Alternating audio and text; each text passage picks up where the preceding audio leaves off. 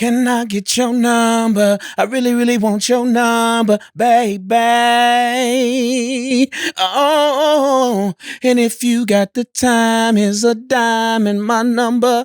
Page me, baby. Luxury Productions presents Survival of the Fittest podcast, a product for the people, by the people, where dreams go further than bullets. With your hosts, Lucky XL and Monz Logan. Let's go. Yeah.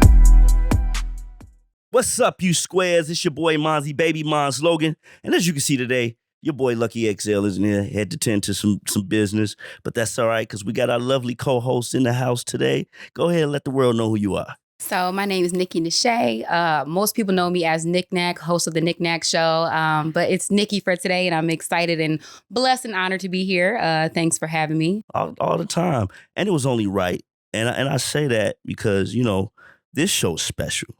You know what I'm saying? Today's show, you know what I'm saying? We have, you know, one of the pioneers here in the city when it comes to that sound, that good, smooth R&B sound, generational talents with songs to his credit, like, woo, so good. You know, yeah. better man. I'm saying I do. Birthday slide.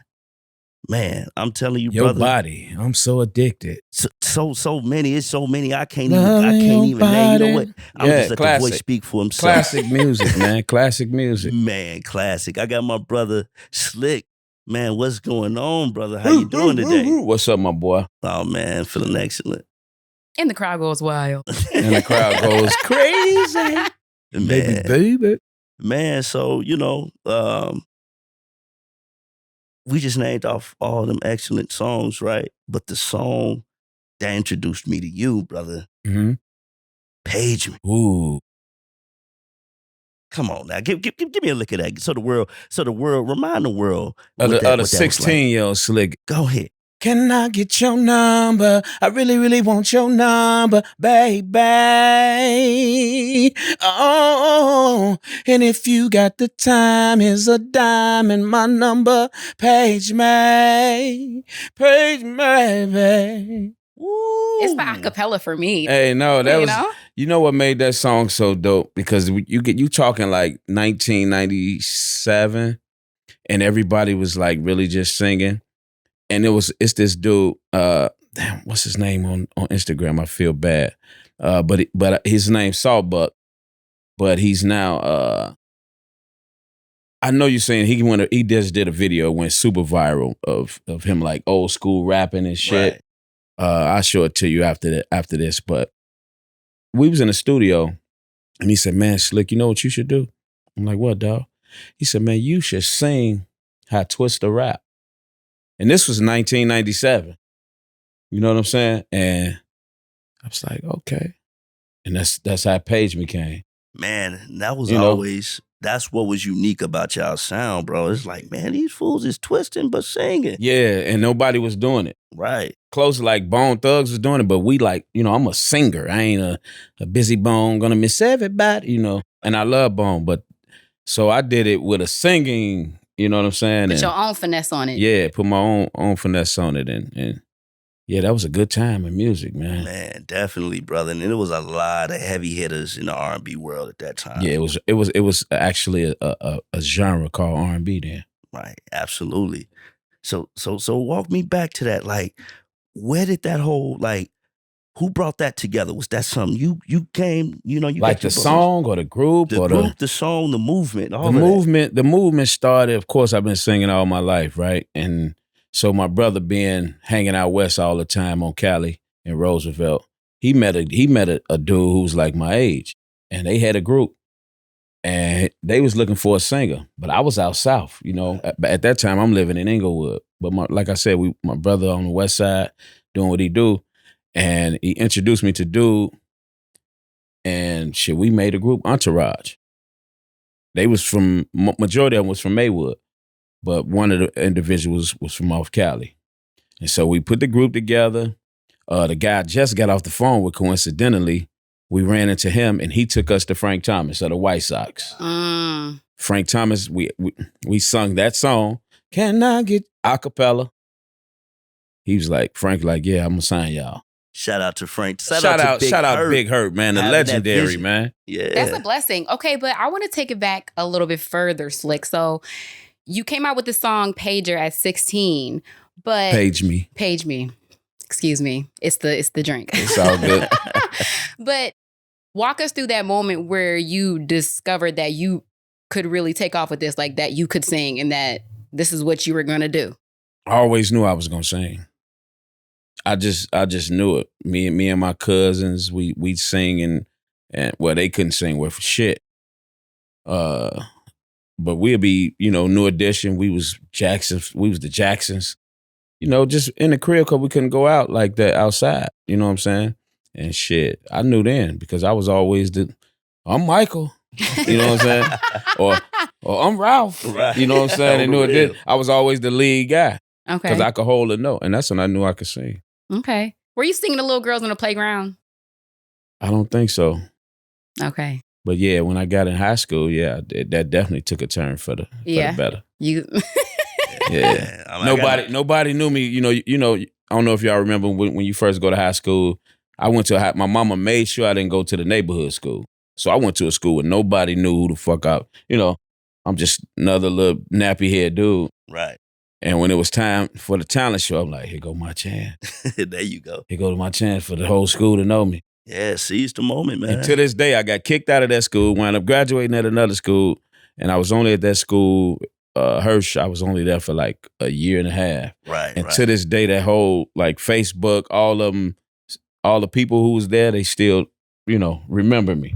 Man, you was a star, and brother. I didn't, you know what I'm saying? I didn't graduate. I didn't go into proms. I get invited to all the school reunions and shit. So yeah, that's when I knew. Wow. Yeah. Man, so you said, you discovered that gift. You knew you was gonna sing. So man, what's that family background like? Come from a family of musicians and singers and real ones. So, I got talented brothers and sisters who do what they do. Yeah.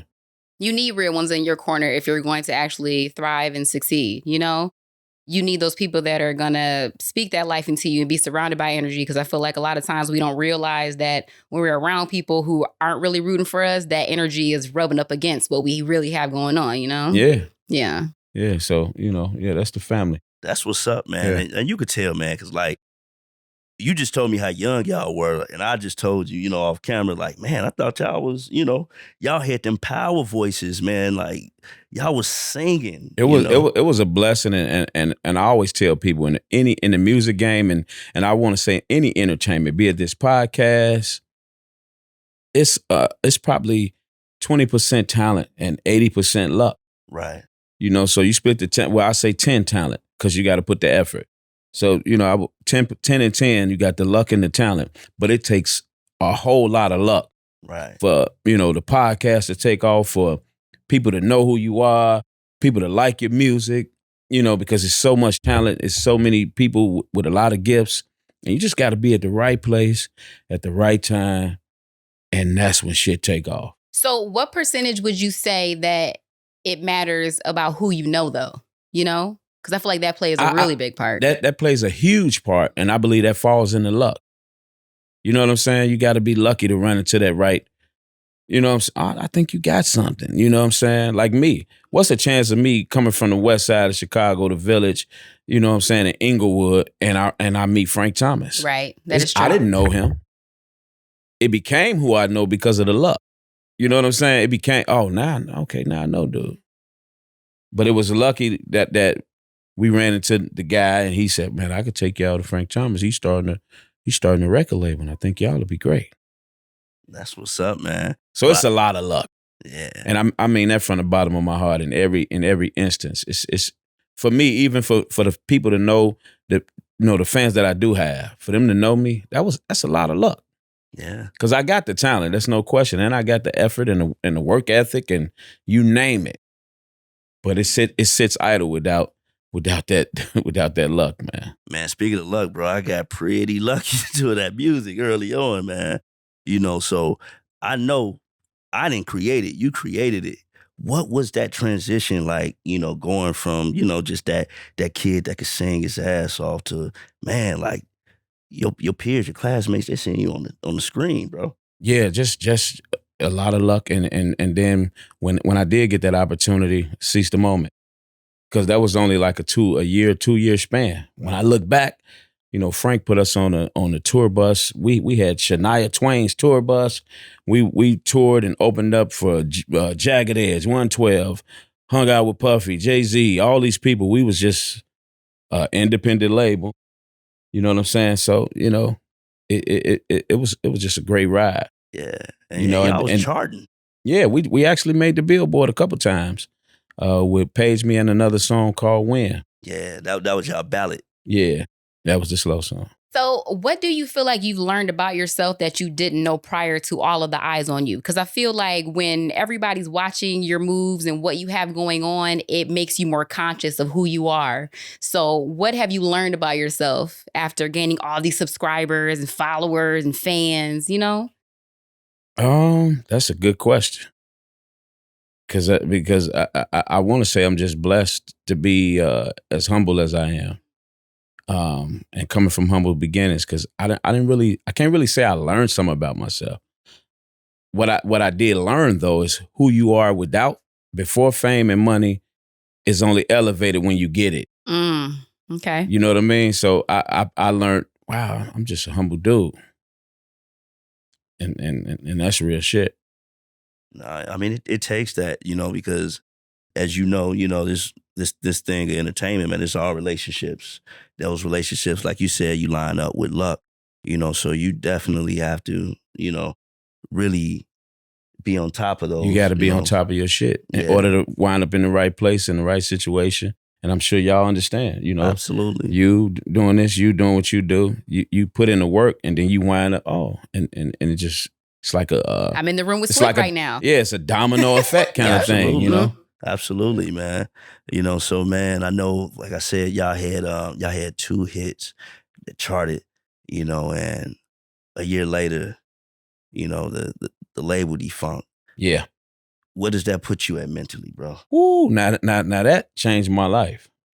That's the part that changed my whole life, because, you know, you go from it all changed my life.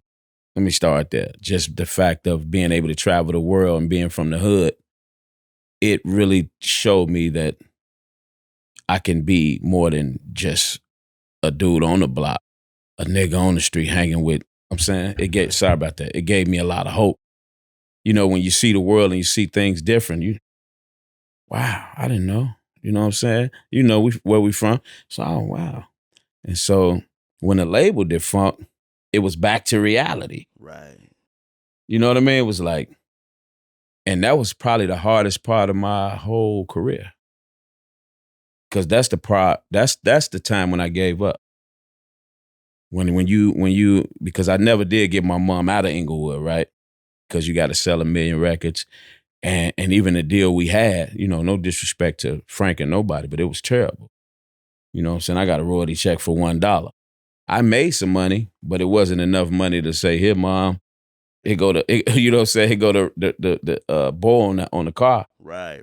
In the new house. So you come back to the hood, and then you realize what's real, what's reality. Meaning, man, ain't you dude who was on TV? Ain't you? Man, that motherfucker fell off. They see, and people love to see it. So I had to get back dirty, and even times 20, because now I got to fight. Right. Physically. You know what I'm saying? Like, really fuck niggas. Can we go? Yeah. Really fuck niggas up and show them like, no, nigga. Right. You know what I'm saying? Right. Because motherfuckers, for some reason, they saw the facade, they saw the video, oh, he's saying all that, and they was cheering. But when it didn't take off, you know what I'm saying? And so I had to really just, what's the word? Persevere. Just take my motherfucking respect. Right. And after that, you know, once you put a few motherfuckers in their back pocket, and everybody back looking up to me again. There you go. And it went right back to, that's my man Slique. So it was a trip, man. They try to kick you when you're down. They definitely did, but I wasn't going. You know, but I gave up on the music and just because being from where we from in Chicago, it was hard for me to balance the two. You know what I'm saying? Like, I'm gonna focus on music, but I got all these weak ass distractions. You know, all my homies is in the streets. All my family's in the streets. I'm trying to go, you know what I'm saying? That's when the luck wasn't there. Talent was there, but the luck wasn't. So my shit shifted. And somewhere along the line, I found my way back to the love, to the music. So, and that's the dopest shit in the world. Man, that's how I got the song, you know, the Your Body song and Addicted, and writing and producing for different people and charting with my own shit. After, you know what I'm saying? Yeah. So what was, you know, that thing that clicked that said, man, you know what? I need to get back to this music, man. It's crazy you say that. You ever heard of the group Public Announcement? Hell yeah. So Phil Davis, I you know, we had did shows, like I said. Frank had us doing shows with everybody. I mean, you name whoever was hot at that time, we was on the stage. And I remember we did shows with Public Announcement, and we and him would chop it up or whatever. So when they released the album, I think it was like 2002. Yeah, it was. They had released the second one. No, I think it was their third one. Oh, okay. And because I bought all of them. Right. This one I went and bought because you still buying CDs and shit. Right. Yeah. And I opened it. I used to always read the credit. And when I opened it up, it said, "Slique, where you at? It's too much. Don't waste it." Wow. I'm like, this dude thinking about me, and I'm ain't no telling what I was doing at that time. You feel me? But it wasn't music. And it clicked. I'm like, it just literally clicked. And that's when I just put my focus back on the music, start reaching out to any connections, anybody I thought I knew. Yeah. And wind up getting back in the studio with some of the producers I had previously worked with. And we put out a song called When I See You. You probably had to hear it, but it was like real hot on the radio on GCI. Go ahead, give us something. You can't name these songs and don't give us a little something. Just the other day, I ran into a good old friend of yours, and I had to ask her, how have you been? She told me you were engaged and happy. My heart fell to the floor. It should have been me. You know, it was one of them songs. Right. When I see you standing there. Whatever. But we recorded that song, and it got me Def Jam called what's his Mike Cameron, Atlantic call. Yeah, and Capitol Records call. Just that quick. And I was back on the plane going to New York to do a record deal. Man, see, your path is always written. You know, you're going to steer away from it a little bit, tap, but you got to get back to it, you know. And you talk about all, you know, this dark moment that you have in, you know, when music isn't a part of your life. What light was in you to be able to write songs like that? I don't know, dog. I was smoking hella weed. Me and my guy was smoking hella weed, and then the guy who I reached out to, he had, you know, was working with Twista and all them cats. He was like, I'll rock with you. Right. And he gave me some studio equipment, and, you know, we just sit in my crib, and my homies who couldn't really, they all right rappers. Right. I would make beats, smoke, and they be rapping and shit. And it just put me back in that mode. There we go. So it's the music itself, the creation. Yeah, it put me back in that mode. Yeah. And cats who really didn't necessarily even probably want to do music, they knew I was into it. So we all together. Man, I want to rap. You know, every motherfucker in the hood want to rap. So we would just be vibing, and it put me back in the mode. Yeah. So piggybacking off of the question he just asked, how would you characterize your style? You know, the sound that you Versatile, because I'm a sponge. I'm from Chicago, so I listen to everything, And all that comes out in my music and my singing. So if you ever come to one of my shows and what I hear every time in my shows is, man, this dude just sung Gerald Levert. This dude just sung Joe. This dude just killed OJ. He just murdered Johnny Gill. And did he just do R. Kelly? Because I'm a sponge of music. So my style, when I write my own music, it's just a reincarnated version of all the shit I love. So some of them artists are obviously some of your influences. Yeah, every artist is my influence. Every artist. I'm like a sponge. I'm like a chameleon when it comes to music. I can hear it and do it over. It's like a gift and a curse. Now, you just mentioned Kales, shout out to Kales, man. Shout out Kales. And, you had a viral moment with Big Brother Kales, man. Explain that connection. How did that moment come about? I see y'all sipping and smoking the cigars and stuff. Yeah, we was doing this shit, what we doing right now. And Rock Parker, we was at the cigar shop and Kales and Rock, they real cool. Rock say, man, my man over here sing, Rob. And R. Kelly like, who sing? I'm minding my own fucking business. Last thing I want to do is sing while I'm, drinking. Right. That's why, but yeah.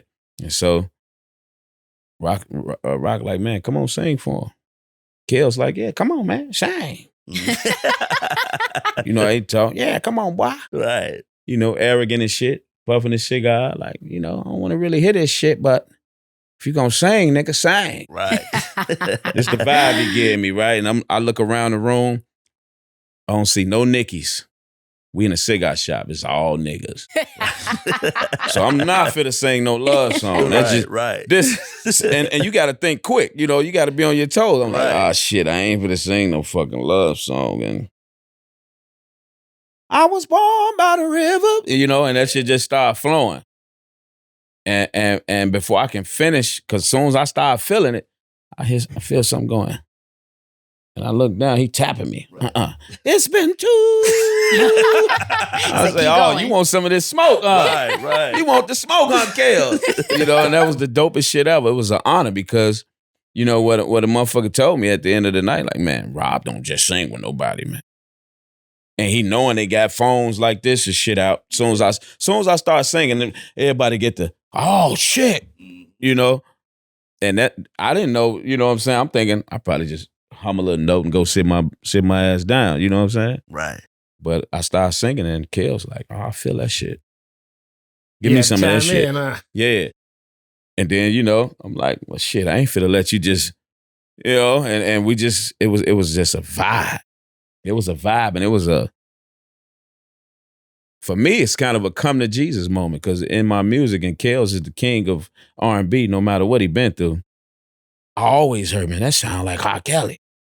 And I always took that compliment with pride because I'm like, hey, I'd rather you say that than say I sound like Rockwell or somebody. You know what I mean? Right. I never ran from a Kelly comparison. Like if you go compare me to anybody, I'd rather be the best. Yeah, man. He fathered a lot of these all R&B of us, guys. Yeah. all of us, man. You can't have the last 20 years and not, come on, man, not musically, emphasis musically. And so yeah, that was a come to Jesus moment. Like, oh, it's me and R. Kelly. And then even for Chicago, right? Mm-hmm. I never felt I got all the respect that I felt I deserved with the work I put in from the powers that be. When that video went viral, the motherfuckers' whole attitude changed the way they look at me. Because if they ever question, like, dude, can he sing? Or what is he? Who is he? What is he? That moment was like, nah, that motherfucker's singing side by side with the best. Right, absolutely. And I felt it. Got a whole lot of shows and concerts after that. People calling me, want to book me. It was crazy. Okay, so this feels like the perfect time to transition into this question, right? So some critics say that R&B is dead, right? And I personally feel like there's an agenda against R&B right now. So how do you feel like your experience has been navigating R&B in this very hood and rap Chicago land? It ain't dead, but it's definitely an agenda. And the way I see it personally, so I go on YouTube, I try to type in top hip hop videos It's right there in front of me. So I said, fuck it, I'm top R&B. Now I know her out here. I know Daniel Caesar. I know Ty Dolla. I know it's a lot of great R&B artists that's out here right now, killing the game. Top R&B. Like nothing pop up. What the fuck? Top. Hold on, let me try it again. This YouTube, one of the biggest platforms. Top R&B. It's not there. And it dawned on me at that moment. I said, they ain't gonna give black people two genres that's dominating. So y'all, it's either y'all gonna have y'all soul music or y'all gonna have this hip hop shit. You ain't gonna have both. Yeah, I never thought about it that way. We got pop, we got country, we got rock and roll, we got all that. You see all them top rock and roll, top country, top Latin, top polka, top EDM. When it come to urban, is the word they use. Music, top hip hop. That's it. All you motherfuckers in that category. I wouldn't be surprised if I seen a John P. Key song in top hip hop videos. Yeah. You know, and I'm joking, but you know, Marvin Sapp, like they just want to put all blacks in one group when it should still be top R&B, top hip hop.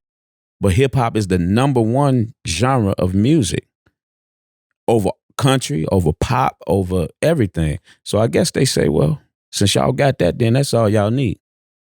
We just put out this negative shit, let y'all continue to destroy yourselves. That's what it is. You know, because it's not us as adults who is destroys. It's the kids. You know what I'm saying? So yeah, I remember a few years back, Music Soul Child put out a record, and he auto-tuning. It don't sound nothing like any of his other projects or whatever. And, you know, it broke my heart. Like, I understand, like, you know, wanting to sonically, you know, like, sound like the times, but to just kind of steer away from, like, your roots, it's not a, you know, it's not a good look. What keeps you grounded to say, man, I'm going to keep drilling this hard, you know, die-hard R&B? Well, one is in me. It's just what it is. It's in me like hip hop in me. I might not be a good rapper though. Shit just in me. You know what I'm saying? Yeah. And that's the only way I can, you know, make music. But to the music point, me being a creator and a producer and a writer, and I don't know what he was thinking, but I wouldn't discredit him for doing it. Because when you create music and you creating art, you should be able to try any motherfucking thing. No, absolutely. Because the weakest motherfucker do, and you know, they trying it. Now it don't work for music because he got a certain level of ability. But I wouldn't look at it like, man, he trying to be shorty now. Even though he probably was. Right. I just see it from a creative perspective of maybe music said, I can do that shit. Or maybe he liked that shit. And that's now it's coming out in his music. And then, you know what? There's nothing wrong with that. You know, I mean, being a creative myself, you know, and I'm up there, you know. Of course, again, that's why I use the term sonics. You know, you want to, you know, tap into the sonics of the time, but you still got to be true to you. Yeah. And ain't nothing wrong with being an artist, though. Ain't nothing wrong with that. Yeah. You know, I would have maybe preferred, and this is just me speaking as a fan. As an artist, I get it. Be free, create your art. You know, but as a fan, I probably would have rather him, you know, gave us a single. Oh, touche. Or something like that. Touche. You know, and see how the market work, you know, to it. Touche. I just had to, you know, throw another side to it. No, absolutely. Because sometimes people don't know. They actually do think that, oh, wow, he just want to be different. Right. And that usually come from people who, you know,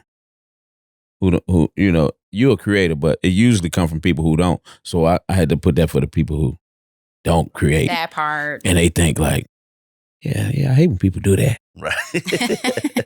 You know, very few people are successful at being able to channel everything they feel. That's why I think, and not going back to Kales, but that's what made him dope. Because he can give you a Sam Cooke song. He can give you a Jay-Z song. He can give you a bedroom song. Like he was mimicking like every song I used to hear where he channeled that energy. At me as a creator, I'd be like, oh, that's Stevie Wonder shit. The average ear don't do it because I didn't know because he's so fucking.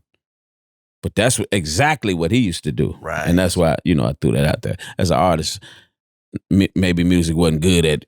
You know what I'm saying? Everybody just ain't good at giving you a little bit of this and a little bit of that. It's only a few. Yeah, you gotta give them you first.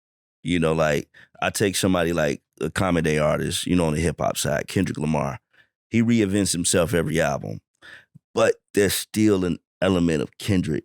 You know what I'm saying? In each album. Yeah, he's just a fucking artiste, man. Oh my God, man. He's Andre 3000 Jr. in my book, man. He's from that class. It's a big compliment. Yeah, he's from that class. And that's he's from the class of I ain't got to rap about money.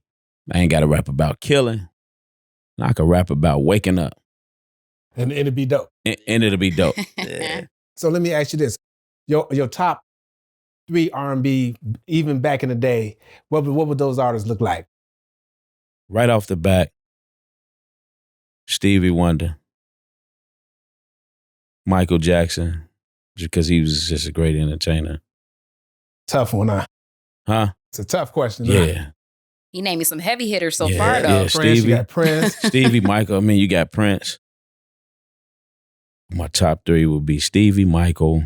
So you probably could throw Kales up in there. I was thinking way back. Yeah, so easy Kales. That's the 3.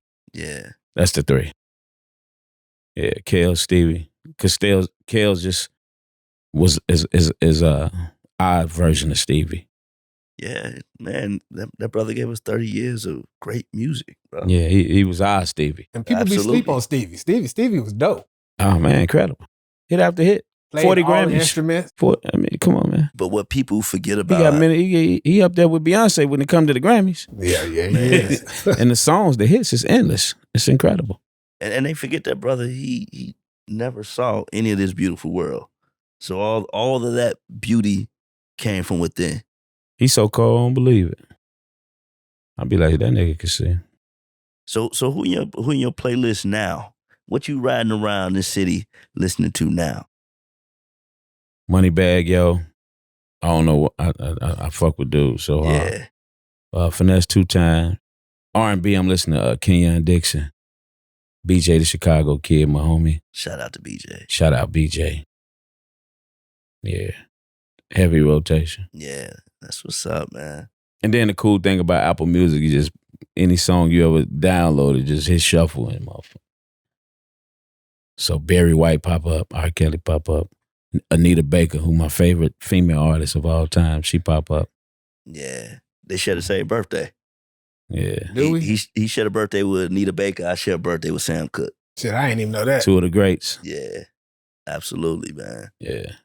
So man, what music sound like for you today, man? What you working on today, brother? So for the last 2 years, I said I want to do a project that's got live instrumentations but a hip hop edge to it. Right. Because I perform. Every time I perform, I try to perform unless the promoter being cheap, which ain't been the case. I've been real fortunate. I do a live band, a live show, like with the dopest fucking musicians. Shout out my bass player, Maurice Fitzgerald, play for Ron Isley. Andre Henry, play for Ron Isley. My brother, Isaiah, play for everybody, D'Angelo John. So I got like the dopest band, and Chicago got the dopest musicians. And so for me, I'm trying to incorporate that with just a slight edge. Not no drill shit, not no and I love that shit, but just live instrumentation with the from a digital aspect. It's kind of what I want to say. The edgy part of the R&B. Yeah, and I call it Brown Liquor. Brown Liquor. So I'm about to drop an album. It's called Brown Liquor. Yeah, and it's gonna be, a ride of music, man. Yeah, you still in the workings, or is something already sealed and you ready to package? So I'm mixing and mastering right now. Yeah. But if you do, you do any listening parties, anything like that, man, you gotta invite us through, bro. Yeah, man. And funny, and it's gonna sound crazy, but you're an artist, so it might not. I want it to sound like some you heard, but some you ain't never heard. Familiar, but still intriguing. Like, this is new. This is because I don't want to come off duplicating what's now. So it's been in the making for a couple years, and I got so many songs. Just a matter of me picking. Probably got 40 songs easily. But it's that one I project? like. I probably recorded hundreds, huh? But it's one project? Yeah. And I just need that other ear because I'm not an A&R. Right. So you prolific in the studio. You do a little mixing and be on the boards yourself, engineering? Yeah, definitely. I know exactly what I want it to sound like, Yeah. Man, I mean, I'm always willing, if you want another ear to come in there, just somebody on the outside. That's what I need because I can't pump my own chest up. I've learned throughout my career that the songs that I love ain't did shit for me. I didn't like Page Me. I didn't like Loving Your Body. I mean, I knew I made them and they were cool, but I had some other songs. I'm like, this the shit right here. And a motherfucker head like, okay, can I hear that one again? Can I hear your body? Yeah, that's so real what you just said, because as an artist, you definitely want to channel what you have inside and express it through your art. But at the end of the day, you really do it for the fans, and you want to give them what they love, and what they enjoy. Exactly. So, mm-hmm. And that's some hard shit to do. Mm-hmm, the balance. Yeah. So I saw that you recently did an appearance for the Valentine's Day Soul Jam at Tavern on LaGrange. How was that? And it looks like you've been there multiple times, so you have a good relationship with them. Yeah, the last 5 months, man, they keep calling. I was there with John B. I was there with Gladys Knight. I was there recently with Public Announcement, and I've headlined it there a few times, and they have people open up for me. So yeah. Shout out Tavern on LaGrange, black-owned business. Definitely. Shout out Tony, man. That's my brother. Yeah. Now, I noticed on your YouTube that you also had a virtual concert. So, I mean, I know as an artist, you love what you do. You said and stated that it's in you. But do you have a preference in performing live, or do you just want people to feel what you're putting out in general, regardless of how they hear it, Both. Yeah. Yeah. I really enjoy, like I said, performing with a live band. I wish I had done that more early on in my career, because I think it would have pushed me to another stratosphere. But now performing with a live band, people actually get to hear me sing. Like that virtual, that was just for people to hear me sing. I didn't do pretty much. I think I did 1 or 2 of my originals. All right, man. So we got to get into this record, please, bro. Please. When I heard it, first thing I thought about was Marvin Gaye. What's going on? Where did that inspiration come from? Man, just looking around. At the time I was still living over in Inglewood, and just seeing the change right before my eyes, man. Just watching the shorties, like, what the. He just did what? You could just see it. I can't really put it in words, but to see it, it's like, please, we need some help. And this was in 2011. And when I went in the studio, and one of my homies said, man, you should sample this sample, right? And I said, all right, cool. So I heard the sample, then I go in the studio. And the first thing came to my mind was, how many children got to die before we wake up? How many jobs we got to lose? How many fathers going to be gone? You know what I mean? I'm like, it ain't no dads.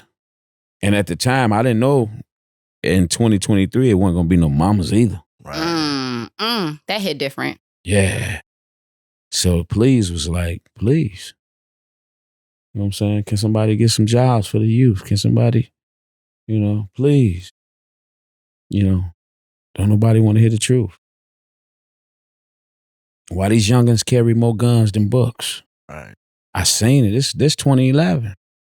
It's when I seen the change. Like, and I looked up and it wasn't no more GD, It was Drink World. Xannies. You know what I'm saying? Pills. We Lola Block. You know what I mean? Whatever it was, they was naming, you know what I mean? They was creating little functions of gangs, their own thing. You know what I'm saying? I'm like, this about to be out of control. Yeah, you know. And no shit. Right now, it's out of control. Yeah, we can't be Captain Save-A-Ho, and I don't even look good in capes. But I feel like with much power comes much responsibility. So you as an artist, Slique, how do you feel like you are kind of giving back to everyone? Because the way that you give back is not necessarily going to look like the way that the next person gives back. But how do you uniquely kind of leave your mark? Because this world is going to hell in a handbasket. Yeah, a song like that, through my music, through my art. That's, and I wasn't thinking I'm going to give back. Right. I just said some shit I felt needed to be said. And in that's the beautiful thing about being an artist, is that, you can give back through your gift. Yep. Through your art, through the things that you do. And that's what I want to continue to do. That's my goal. I don't want to put you to sleep like, oh shit, here he come with another one. Yeah, we know, get it together. Yeah. You know what I'm saying? Yeah. But yeah, that's my way of giving back. And then, any chance I get, I come from a large family, so I'm always, I'm the helper, to the point where I ask myself the question, who helps the helper though? Right. Yeah. All right, yeah, I'm here to confirm that. On the way here on the highway, I was definitely listening to Slique. I had So Good on repeat. So okay, Good, why you gotta yeah. look so good? Yeah. Okay, I was stressed out, like, oh, I'm late. But it was, uplifting, putting me in a good mood. So, we here, we ready. So The beauty of music. I appreciate that. Thank you. Yeah. I wish I'd have known you then too. You'd have been in that video, that's for sure. I mean, I'm open for the future Yeah, bookings, no doubt. Yeah, absolutely. So Slique, you write all your own songs, produce all your own music? 98% of them, but I love collabing because I think it's a different energy. But yeah, I write and produce most of my music. So what's your process? Like, what's your studio process, bro? Everybody got their own little quirks and shit. Yeah, it used to be I get a beat from somebody and then I write to it. Then I got tired of, I ain't made no beats, or give me a minute. And I started making my own shit. And so now I got a whole hard drive full of beats and ideas. Like endless. I just go down in the studio, I just fucking click on a beat, I ain't feeling that. Or I just start creating one. Right. And that's my process now. And I think it kind of hindered my writing a little bit, because then now I got to get out of the beat space and get back into the creative space. But Absolutely. It works. I overstand, man. Yeah. That's what that's what got me into beat making. I used to wait for brothers like this one over here. You got tired of waiting, man. And my other big cats brother like CE. you, man, made me You know become a what I'm saying? producer. Look, I told him, stop That's waiting why till I'm a you get in producer the now. mix and I'm a shit. producer, baby. They hit me with it's an art to this. You know, you what hit I'm them up, saying? hey man, you still ain't sent those 6 tracks. Yeah, and I got you. Right, and I get it, because once you start wearing them different hats, like you just said, to your point, to his point, like, man, something's gonna have to take a back seat, So go ahead. No, I'm sorry to cut you out, but it's people like him that made me a producer, though, from every aspect. So not only did him not answering the phone, not him in particular, but made me want to produce. But being around a producer, I learned from them. Right. You know what I'm saying? I was watching. Hey, hit that button. Right. hey, what's that you just did? Right. I was a little A-by-Luke. Yeah. Back to, Yeah. So I just sucked it up. But it's people like him, that makes dope artists. No, absolutely, man. Like, if it wasn't for that brother, he was one of them, them first individuals who invested in studio equipment early, when that shit was in the tens of hundreds of thousands, to get. And he will open his door to me. As long as I know this brother 30 years, he's always worked overnights, right? this nigga would have the meanest look on his face when I come to the door. All right, man, go on. And just let me at it. And look, and he'll hit me with, let's just say I've been there like 6, 7, 8 hours. He be like, all right, man, it's time to go. All right, I got you. And he'll give me like that hour and a half grace period and shit. You know what I'm saying? And go do your thing, man. I appreciate that because he really helped me hone my skills, you know. So who was an individual in your life? You know, you mentioned a couple of brothers who was instrumental into, you know, that aspect. But as far as like you becoming more of a producer, an engineer, et cetera, who was somebody? Easy. Earl Powell, first name come to mind. I just used to sit next to him. So he's produced songs for Jennifer Hudson, the Jacksons, Keisha Cole. But he produced Page Me. He produced a lot of my early records. And I would just sit next to him and be a sponge. And then a little bit after that, I was fortunate enough to work with a gospel hit producer who produced for B.B. Winans and C.C. Winans and Smokey Norfolk. Anybody who's great in gospel. His name is Percy Beatty. And I got a chance to sit up under him and learn a different aspect of production, you know. And so those two right off bat.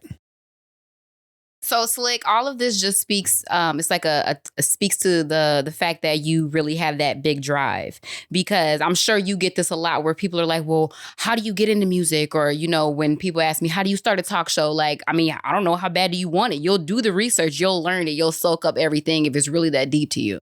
So that just speaks to how hungry and how much you love it. Yeah, I think more love it than hungry. The love keeps me hungry.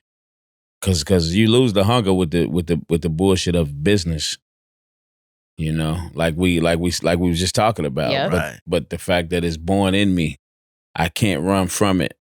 Right. Well, them all album titles right there. The love keeps me hungry. Oh man, well, you know, I write in my sleep. You know what I'm saying?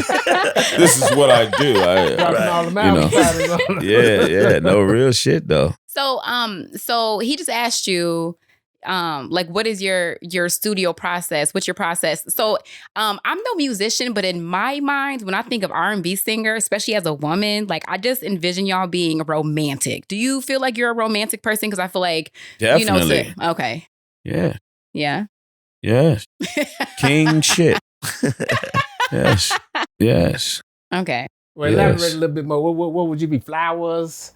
The dinner with candlelight? All that. I'm over here taking all notes. All that. What you got? What all you that. got? Hey, I go to Jewel's on Valentine's Day. Shit. Let me get a few of those tulips. Is that teddy bear? Is that teddy bear connected to the balloon? That's one price, right? Oh, shit. Give me that. Okay. She's going to love this. This is unbelievable.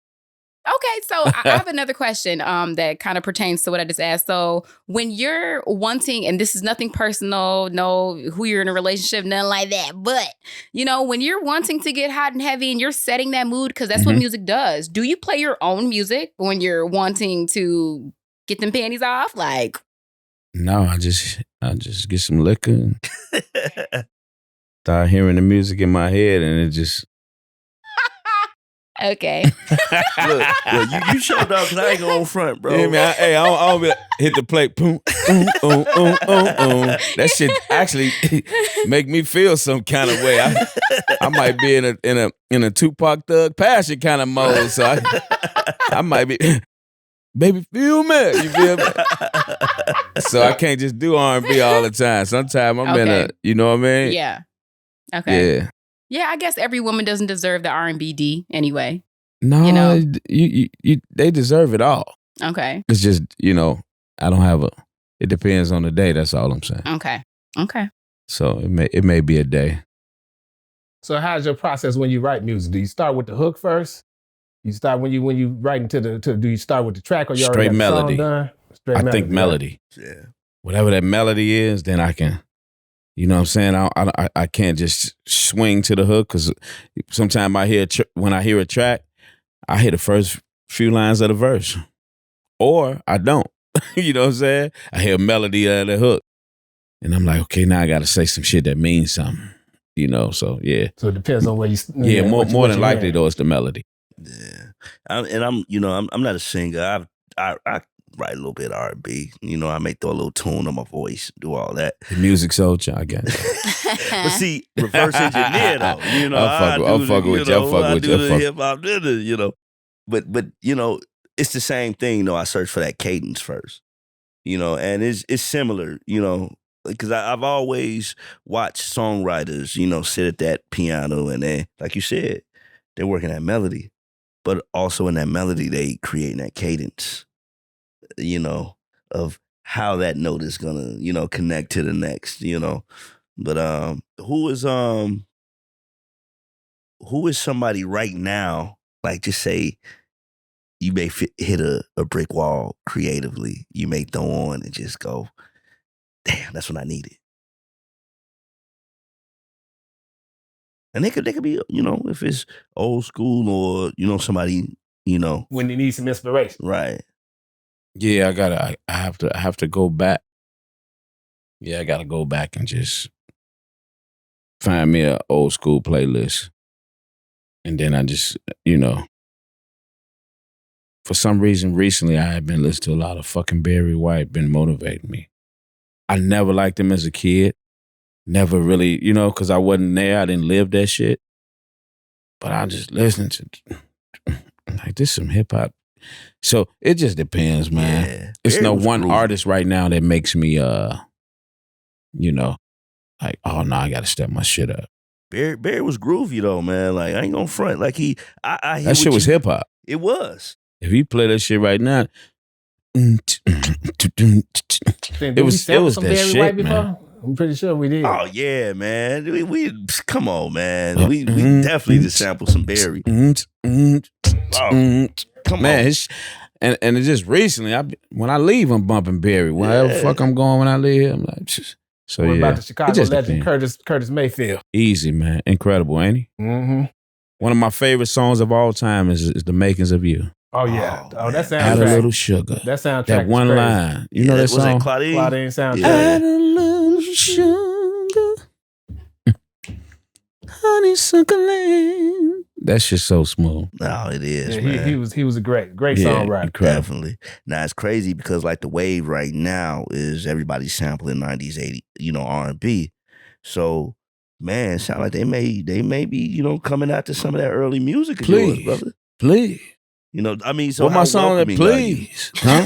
How welcoming are you of artists wanting to sample your work? That BMI and that sound scan, that sound exchange, Mhm. ain't been looking too thick.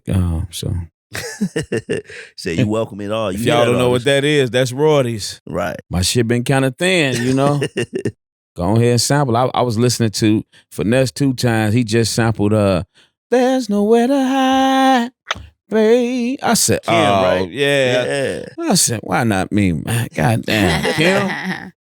Yeah. Yeah. But see, that's why we doing this, and everything that you doing, all your performances and all of that is keeping, you know what I'm saying, the people, you keeping your foot on the pulse of the street. That's letting them that's know keeping the love for the music. That's absolutely. I didn't perform live, and that's real quick a story. That gave me the love to sing again. Because I forgot why I was singing. Like all the questions you've asked me about my career and all that shit, you lose the love for the shit because of the business. And Tommy Harris of the Bears, who happened to be a good friend of mine, told me one night, he said, man, let's go to this bar up north. It's called Envy. Sorry. And we go to the bar and we sitting there. It's a band. I'm like, okay, it's cool kind of band. Okay, yeah, they chilling. Small place about the size of this where we at right now. That small. With a band where he at. Right. Damn. Literally, it was dope as fuck. Upscale, the whole shit. And he said, Slick, go up there and sing a song. I'm like, hell no. So as always, it's always that, right? Right. Hell no, because I don't be on that. And I went up there and sang. Bass player hollered at me like, man, want to come up here and do a couple of these and then again, man, I give you a few dollars. Like, I don't need no money, man. And I started doing that shit. And it gave me the love. And now I make some real good money performing live. Check it out. So, it gave me another perspective of music. And it reminded me, this is why you do it. This is why you don't do it to put out albums. You used to love to sing. You know what I'm saying? So it reminded me of that when it was me and my cousin. And when you asked me what made me discover music, right? Right. Us in the living room because grandma told us to shut up and get out of there and go play somewhere. You feel me? And we became the Jacksons and we became New Edition. And that made me love music. And getting back on the stage with a band made me, get that, oh, that's why you do it. You ain't doing it to try to make it. Because at one point for years it was trying to make it. You're an artist. You trying to make it. Right. You trying to make, I want people to hear me. I want the world to hear me. And then you lose the gift. Not the gift itself, but the gift that made you, you know what I'm saying? And for me, getting back on that stage, that's why I try to, man, every time I hit that motherfucker, I'm leaving smoke behind me. There you go. And it always goes back to that essence. Because even like, comedians that, like somebody like a Kevin Hart, who reached like that mainstream, he keep doing movies. He ain't got to never hit the stage again. But he's like, nothing is more real than that stage. And what I found out about him is that before he do those, them big arenas and shit that he give us the movies for, this nigga's hitting the small rooms. Then he hitting the comedy shows. Then he hitting the little theaters. Then he's going there. And Dave Chappelle too. Yeah. And that's what comics do. Yeah, that's why Eddie Murphy said, in order for him to do another stand-up, he got to go back to the small rooms to build the material and you know what I'm saying? See what people like, what people don't like. It's kind of the same shit. And I didn't think of hitting the stage again. I happened to be somewhere, and it hit me. Cause I'm not that intelligent to be able to create like, you know what? Maybe I should just start singing live, and this will make me love music again. Right. It's more so like, no, hey, come hang out, my boy. All right, cool. Where we at? Yeah. So for viewers and fans that are watching this interview right now and they're wanting to be where you are, what are some obstacles within the business that kind of makes you lose that love temporarily for what you enjoy doing, that you've experienced outside of Frank's label kind of folding a little bit, just the day in, day out kind of thing? Yeah, just everybody got their hand out. I've had people overlook my gift because I wasn't their artist, because I didn't want them to be my manager, because I didn't smile every time I saw them. Yeah. You know what I mean? I wasn't running behind the pack. In my era of R&B in Chicago, you had a group of gatekeepers. And if you didn't run with that pack, you didn't run. And so, for people who listening, that's the type of shit I was running into, the gatekeepers. And they've been around long enough to understand. That's why I say a lot of it is luck. Again, I was able to get around even the gatekeepers, because they make you lose love for it when they overlook your talent, right? And act like you're not as good as the fuck you are. Try to play in your face. And then you see them with an artist. Well, this is my artist right here. And they pushing this motherfucker. And man, Yep. nigga, fucking, you can't fuck with me. Right. You fucking kidding me? You fucking, this motherfucker? Yeah. It's that kind of shit, you know what I'm saying? That made me be like, okay. And that's why, again, when you can't deny great talent because things gonna continue to happen. So the reason I go back to the viral video, oh, he really can, cause for some reason you just was overlooking what the fuck was right in your face because it didn't benefit you. And that's what I'm saying. If it don't benefit a lot of the gatekeeper type motherfuckers, they ain't fucking with you.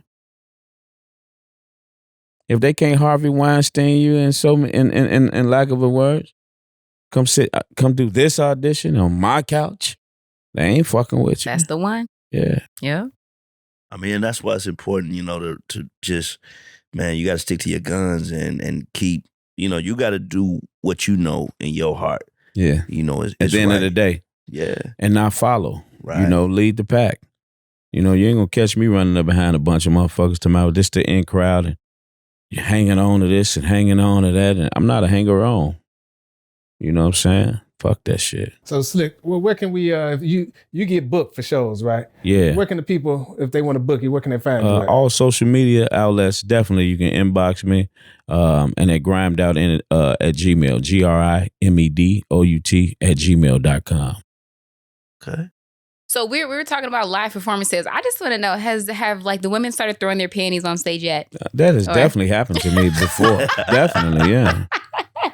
Yeah, there's nothing new. I've actually seen that, like, for real. Like, get the fuck out of here. I think they brought them in a purse on purpose. Yeah, just to say I threw them. You feel me? That was the funniest shit in the world. That has actually happened to me, yeah. You ain't got no granny panties though, right? They probably was some big draw. Funny story real quick. I go to a listening party, man, years ago, and it's Gerald Levert. And I go, it's on Lake Street at one of them fucking clubs, probably that ain't open no more. And I'm in that motherfucker. I'm like, damn, there's a lot of big women in here. And Gerald walking through that motherfucker, him and his brother. I'm like, there's a lot of big women in this motherfucker. And I left thinking, damn, Gerald got only big women that is fucking, they crazy about him. It was all women though. And they come out and support. And then I look up at my shows now. I said, karma, bitch. Man, they all need love, brother. Yeah, they coming out on, am I Gerald now? Shit, you know. Yeah, I'm sure that they're coming out of the woodworks. I mean, I am just wondering, what is the craziest thing a woman's done to get your attention? Because you have a lot of spotlight on you, so. So I've seen and heard it all, but recently somebody hit me up on social media and reminded me, and she said, and she left it in a voicemail, and I taped it, and she was saying, I remember I pulled up at your house, and first of all, I'm like, how the fuck you get my address? I never met her before a day in my life. That's probably the craziest that I could think of right off top. And she literally recently, within the last few years, left me a voice memo on Messenger saying, oh, when I was young, I was so crazy about you. I'd have to play it. I say it because I'm like, I'm gonna use this motherfucker as an interlude or some shit. Stalk on your That's a hand, great idea. Yeah. So yeah, it's some crazy shit that I didn't cause, because I done caused a lot of crazy shit. Oh man, trust me, I already know, man. Yeah. Bro, I feel like I know you my whole life, man. Yeah, you man. know what I'm saying? We definitely gotta have you back on here, man. No doubt, man. We anytime, man. Yeah, man. So, and definitely we gotta make sure Lucky is shit, man. Yeah, hopefully L in the building, man. Y'all got some history, so L Flowers, man. Yeah. Yeah, man, all the time, man. So before we get up out of here, man, you got any words for the people, man? Hey man, stay alive and stay high. Get money. Get money. Stay alive, stay high. Most importantly, when you're dead, you're done. Right. You know what I mean? Most importantly, get money. Get money, man. Nikki, what you got for them? Yeah, Slick. So, I mean, there's a lot of people who are a fan of you and what you do and that love you. And that's clear because, I mean, you're doing big things. So is there anyone that you want to shout out that you didn't mention while you were here? No. No? I love them all. Nobody's, no big eyes and no little U's. Okay. I appreciate everybody. I appreciate y'all for this opportunity. Each and every one of y'all. It's an honor to be here. Looking forward to working with y'all in the future. All the time. Yeah. All the time. No doubt. So I'm going to leave on this note, man. Persistence. A lot of doors may close in your face and maybe a lot of no's, but them no's is only going to that ultimate yes, right? They can't resist what exists in you. So stay persistent. It's your boy, Monz Logan. And with my co-host today, we got your girl, Nikky Niche. And we want y'all to always remember, this is a podcast for the people, by the people, where dreams go further than bullets. We out here, you squares. In the words of TDJs, get ready, get ready, get ready. How you gonna live if you without it? How you gonna be if you without it? How you move forward if you without it?